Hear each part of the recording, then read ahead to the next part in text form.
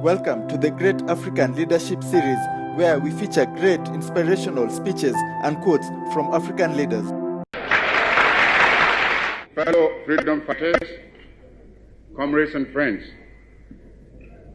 it is my great pleasure to welcome you to Accra and to this conference of African freedom fighters and supporters of the growing movement for Africa's liberation and unity.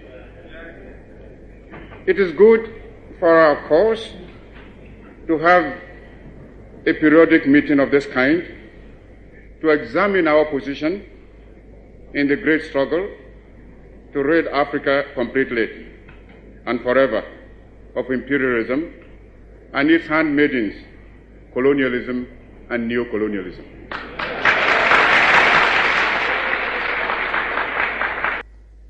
Africa is rich and not poor.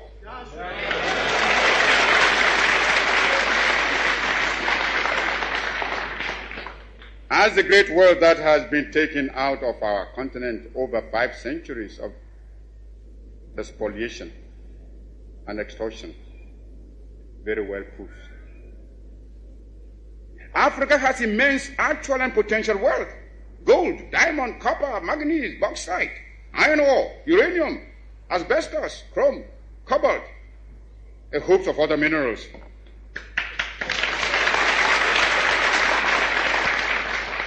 Our essential agricultural produce have all been drained away by colonialist imperialism. Africa is far from being poor. It is Africans who are poor, not Africa.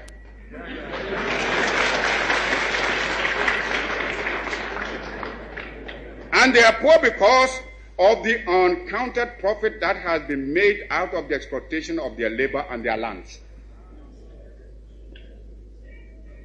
If we are being baited to enter a European community, we must have something that community needs, and needs badly, when it pretends to offer a bonus by way of aid. When Greeks come bearing grapes, should we not look them well in the mouth, if I may mix my metaphor? But I'm sure you get my meaning. I raise this point so that it will stay in your minds when you may be tempted by the seductive promises of new colonialism to forget the real character of colonialist imperialism and be persuaded away from your own true interests and those of Africa. For today, we must each see ourselves as part of Africa in order that we may face colonialist imperialism and its new form, neocolonialism, on a continent-wide front. For unity must be the keynote of our actions. Our enemies are many, and they stand ready to pounce upon and exploit our very weakness. They tell us that this particular person or that particular country has greater or more favorable potentialities than the other. They do not tell us that we should unite, that we are all as good as we are able to make ourselves once we are free. Remember, always, that you have 4 stages to make. First, the attainment of freedom and independence. Secondly, the consolidation of that freedom and independence. Thirdly, the creation of unity and community between the free African states. Fourth, the economic and social reconstruction of Africa. This requires some plain speaking. And for the sake of Africa, let us speak plainly.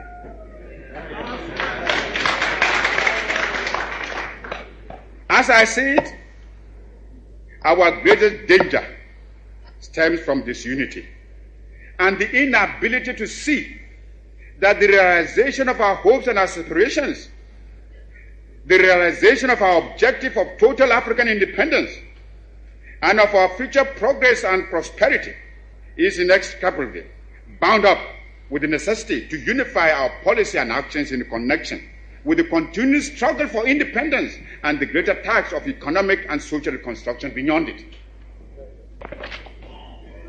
We must therefore face the issue of African unity now, for only unity will make the artificial boundaries and regional demarcations imposed by colonialism obsolete and superfluous. African unity will thus provide an effective remedy for border disputes and internecine troubles. In a united Africa, there could be no frontier claims between Ethiopia and Somalia, or between Zanzibar and Kenya, Guinea or Liberia, or between Ghana, Togoland, and the Ivory Coast.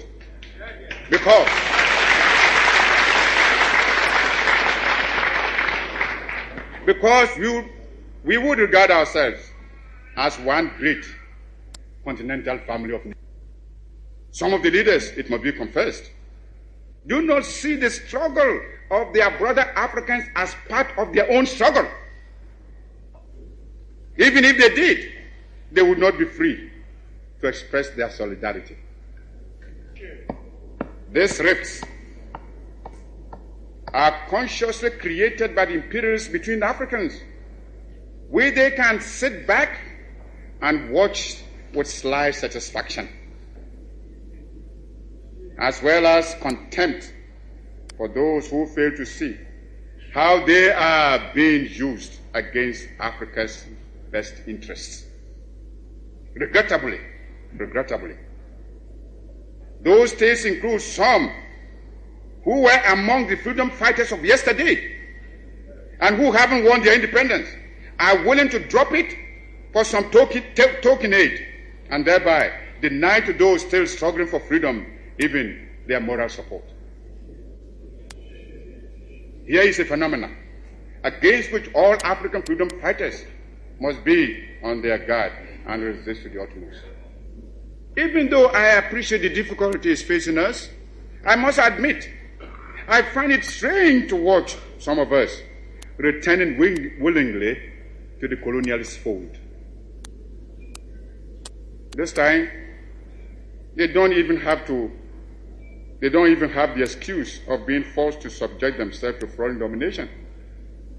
It makes one wonder why so much effort and sacrifice and so many lives were given up to the achievement of independence in the first place, if it can only be so quickly and easily surrendered. We must begin to build immediately our own continental common market.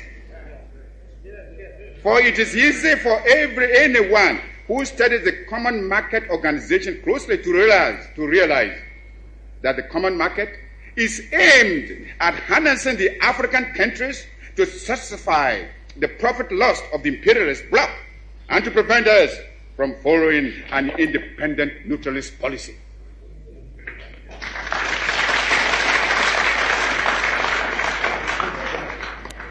It is easy to see that the imperialists and the colonialists are determined to retain the African countries in the position of suppliers of cheap raw materials.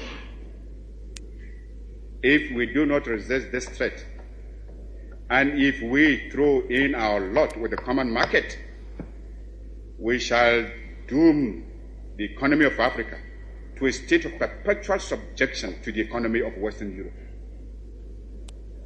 This will, of course, hinder the industrialization of our young African states.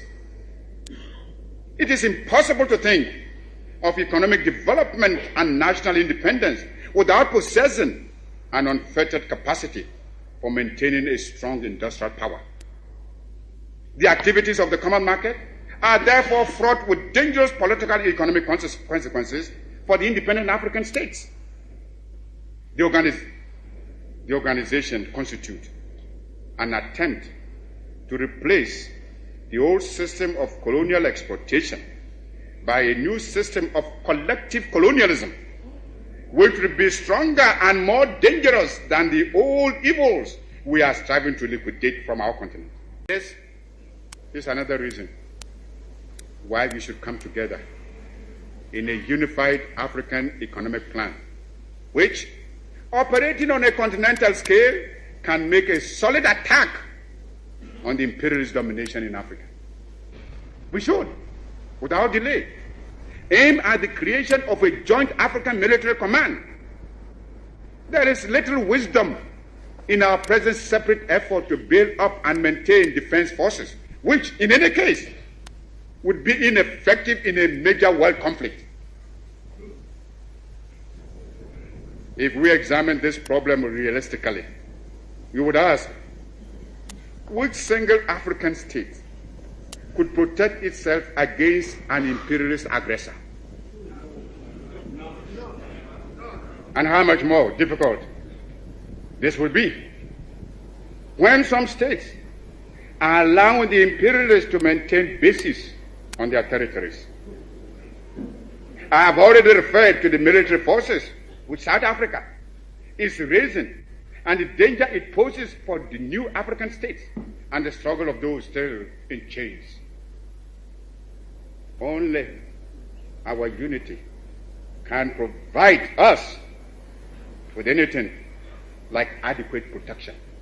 Those problems can best be met within a unified Africa, and it should be possible in the higher reaches of our endeavor to devise a constitutional structure which will secure the objectives I have outlined, and yet preserve the sovereignty of each of the countries joining the Union. Countries within the Union will naturally maintain their own constitutions, continue to use their own national emblems and national anthems and other symbols and paraphernalia of sovereignty.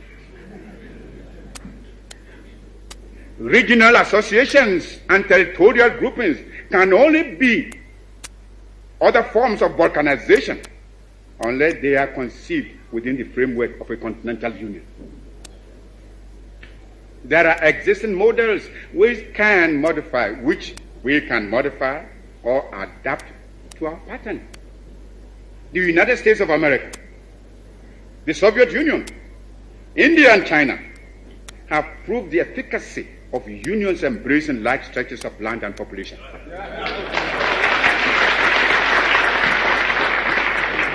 Long live African freedom fighters.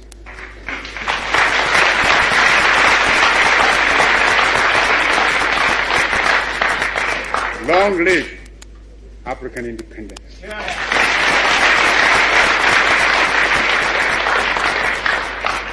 Long live your struggle.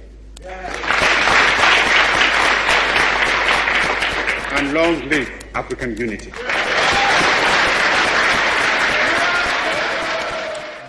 And share this video with friends and family to support the channel.